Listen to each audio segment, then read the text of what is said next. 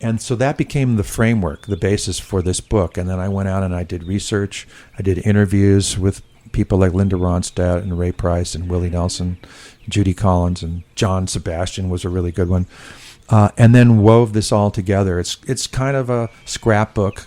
It's kind of a collage of different stories, but it's really fun to not only let the public know more about this incredible genius who invented the instrument and taught us all how to play it, but also for people to learn more about the pedal steel guitar itself, because it's still kind of a mysterious. It's got a lot of mystique, and a lot of people don't understand it. What is that sewing machine that you're playing up there? and he did not. It's like, and when you guys were working on it earlier, right? It got kind of painful for him, and he said.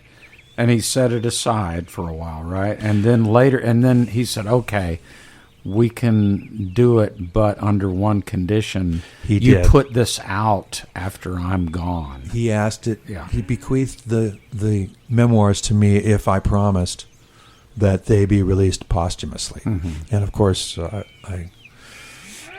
it was a sad day when he left. Believe me, there were so many questions that I wanted to ask him, but basically, he asked me to stop working on the book until after he was gone.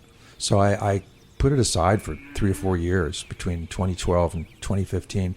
But, this, if I can take a personal moment here, this was an incredible journey for me because I wanted to do the best I could. I was an English major in college in Santa Barbara, but I dropped out to become a pedal steel player. Hooray, I'm glad I did that.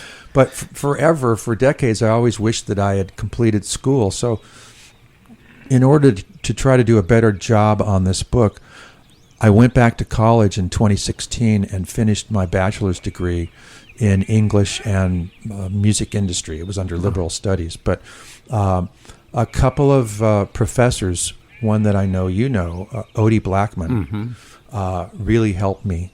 He taught a songwriting class that I took, and also a George Jones class.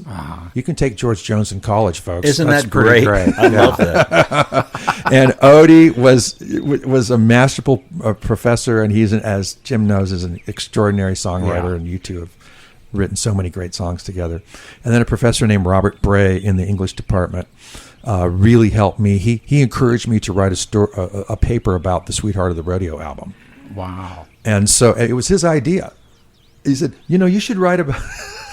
Now, who does that in college? Yeah. But that helped me get my act together as a writer. So then by the time the pandemic hit, I really went, all 4 gears and just went after the book as best I could and tried to finish it. But you did a great job. It was the hardest thing I've ever done. Thank you very much. It's so well written. I mean, thank you. Really. Well, that's in part thanks to a guy named Fred Bartenstein, who was my editor.